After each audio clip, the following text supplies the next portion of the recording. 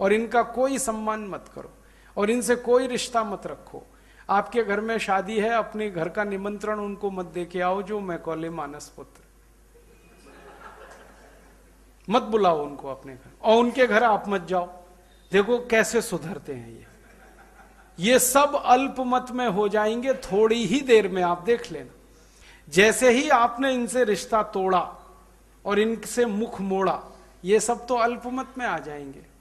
इनकी जड़ें तो आपके पानी से सिंचित हो रही हैं, आपने इनकी जड़ों में पानी देना बंद किया, ये तो सूख जाएंगे, सबके सब मर जाएंगे, चिंता मत करो। जैसे मैकॉले मर गया वैसे ये भी मर जाएंगे। आप बस इनसे रिश्ता और व्यवहार अपना कम कर दो तो इनकी अकल ठिकाने आ जाएगी। अब शुरू कहां से करना, छोटी छोटी बातें। आपके घर कोई निमंत्रण पत्र लेके आए बेटे या बेटे की शादी का, बेटे या बेटी की शादी का, और अगर वो अंग्रेजी में है, उसी के सामने फाड़ के फेंक दो, देखो क्या असर होता है। मैंने किया, ये मैंने किया। एक बहुत, इस देश के बहुत बड़े पूंजीपति जिनका नाम मैं नहीं लूंगा, वो आए अपने बेटी की शादी का निमंत्रण देने हरिद्वार पतंजलि योग पे, अंग्रेजी का निमंत्रण पत्र मैंने फाड़ दिया। कहने लगे ये क्या किया आपने?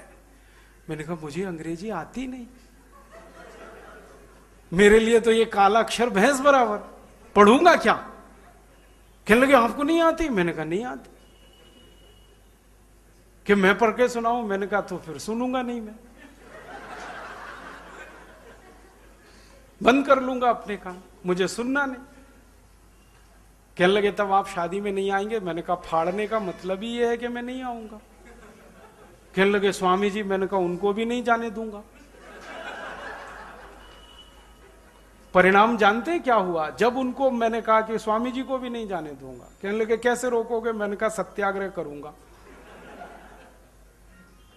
तब वो लौटे, फिर उन्होंने हिंदी में निमंत्रण बनाया, फिर मुझे देने आए, स्वामी जी को भी दिया, तब स्वामी जी ने उनको आशीर्वाद दिया, हम भी गए उनकी शादी। एक झटके में ठीक हो गए, वो सारा अंग्रेजी गुरूर उनका निकल गया। होता क्या है कि हम चूंकि विरोध नहीं करते, इसलिए सामने वाले को लगता है कि सब अच्छा है जो हम कर रहे हैं। एक आदमी भी विरोध करना शुरू करे, भले वो कम है, लेकिन थोड़े दिन में वो ताकतवर हो जाता है। तो आपके पास अगर कोई अंग्रेजी निमंत्रण पत्र लेके आए तो आप यही करो उसका, और उससे कहो या तो तेलुगु में ले आओ या हिंदी में ले आओ। अंग्रेजी निमंत्रण पत्र पे हम नहीं जाएंगे कहीं भी, यहां से शुरू करो। फिर अपने बच्चों के नाम बदलो, ये पिंकू, टिंकू, बबली, डबली, ट्विंकल, डिंपल, पिंपल, ये सब बंद करो। अच्छे अच्छे हिंदी में नाम है, संस्कृत में बहुत अच्छे नाम है, वो सब नामों से बच्चों को बुलाओ। इसके लिए थोड़ा अभ्यास करना पड़ेगा, क्योंकि जवान पे चढ़ गया टिंकू, उतरने में देर लगेगी, लेकिन प्रयास के साथ आप करोगे तो थोड़े दिन में उतर जाए। और बच्चों को समझाओ कि आपका जो व्यक्तित्व है वो टिंकू नहीं है, वो कुछ भी है, राम है, श्याम है, मोहन है, कृष्ण है, जो भी है, टिंकू तो नहीं है। तो बच्चे भी समझेंगे, आप भी करोगे। तो नाम अपने सब हिंदी में, तेलुगु में, संस्कृत में, और आपके घर में आने वाले निमंत्रण पत्र सब तेलुगु, हिंदी आदि आदि, संस्कृत वगैरह वगैरह। फिर तीसरा काम, घर के बाहर दरवाजे पर देखो कहीं अंग्रेजी में तो कुछ नहीं लिखवा रखा, आरसी मिश्रा, एपी शर्मा। ये क्या होता है एपी शर्मा? आनंद प्रकाश शर्मा तो समझ में आता है, एपी शर्मा क्या है? रमेश चंद्र मिश्रा समझ में आता, आरसी मिश्रा क्या है? ये मूर्खता कम करो। कहते हैं जी हमने संक्षेप कर दिया। किसने बोला था आपको संक्षेप करने को?